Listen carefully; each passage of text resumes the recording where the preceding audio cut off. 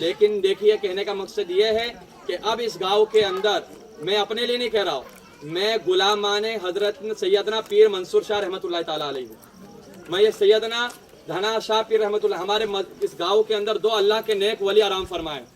سبحان اللہ، سبحان اللہ اللہ۔ کے ایسے نیک ولی ہے کہ جنہوں نے زندگی بسر اس لیے کی کہ کائنات کے اندر سے تمام خرافات غلط چیزوں کو ختم کر دیا جائے، تو وہ زندگی بھر اللہ اللہ کرتے رہے، لوگوں کو دین کی دعوت دیتے رہے، لوگوں کو گانے سے بچاتے رہے، ٹی وی سے بچاتے رہے، لوگوں کو نماز کی طرف لاتے رہے، لوگوں کو داڑھی رکھواتے رہے، لوگوں کو غلط چیز سے دور کرتے رہے۔ جب وہ نیک ولی اتنی محنت کے ساتھ لوگوں کو نیک بناتے رہے اور جب وہ انتقال ہو کے آرام فرما رہے گے، اور جب انہی کے گاؤں کے اندر گانا بجانا ہوگا تو ان کے دل پہ کیا گزرے گی آپ سوچ رہے ہیں؟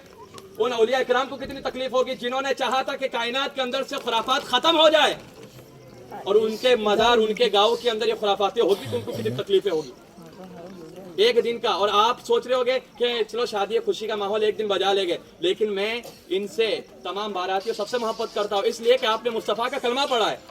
آپ کی مجھے فکر ہے بھائی، کیونکہ ہم ایک دن گانا آپ دیکھ رہے ہوگے مسلمانوں کی کتنی پریشانی ہے، 3 مہینہ ہوتا نہیں ہے، لڑکی کہتے میں کو جانا تیرے ساتھ جمتا نہیں ہے کہ نہیں ماحول ہے؟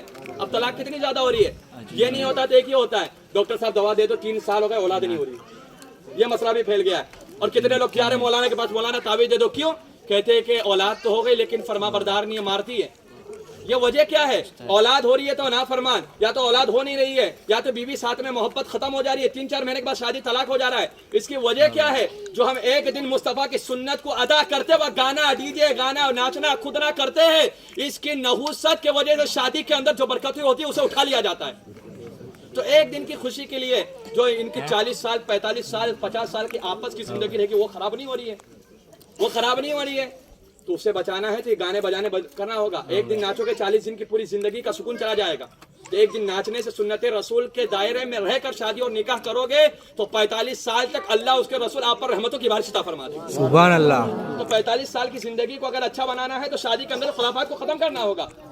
کہنے کا مقصد یہ میں سنت پڑھ رہا تھا، اتنے دور سے گانا بجا کہ دماغ ہل گیا پورا، کہ یہاں پر خدا کی عبادت ہو رہی ہے، یہاں گانا بجتا ہے، یہ اللہ کا گھر ہے، اولیاء اکرام کا گھر ہے، لیکن میں یہ نہیں کہتا ہوں۔ لیکن آپ کو بتا دیتا ہوں کہ میں آپ پرسنلی اس لیے کہ اس گاؤں کا امام ہوں، اور جب تک آب و دانہ رہے گا میں یہاں رہوں گا، کوئی ہٹا نہیں سکتا، جب تک اللہ چاہے گا کھلائے گا۔ اور میں حق بات میرے دماغ، کیونکہ وہ امام کچھ کام کا امام نہیں کہ جس کا ایمان کمزور ہو، اگر کھڑے ہو کے نہیں بولتا تو میرے پیچھے لوگوں کی نمازیں نہیں ہوتی، کیونکہ یار غلط ہو رہا ہے اور امام بولا نہیں تو میرے پیچھے نماز پڑھ کے کیا فائدہ؟ امام بزدل ہے، بزدل کے پیچھے نماز اور اس کی ابتدا کرنا جائز نہیں ہے، حرام ہے۔ سمجھ رہے بات کو؟ تو کہنے کا مقصد یہ ہے تو میں امام ہوں تو میں اپنی امام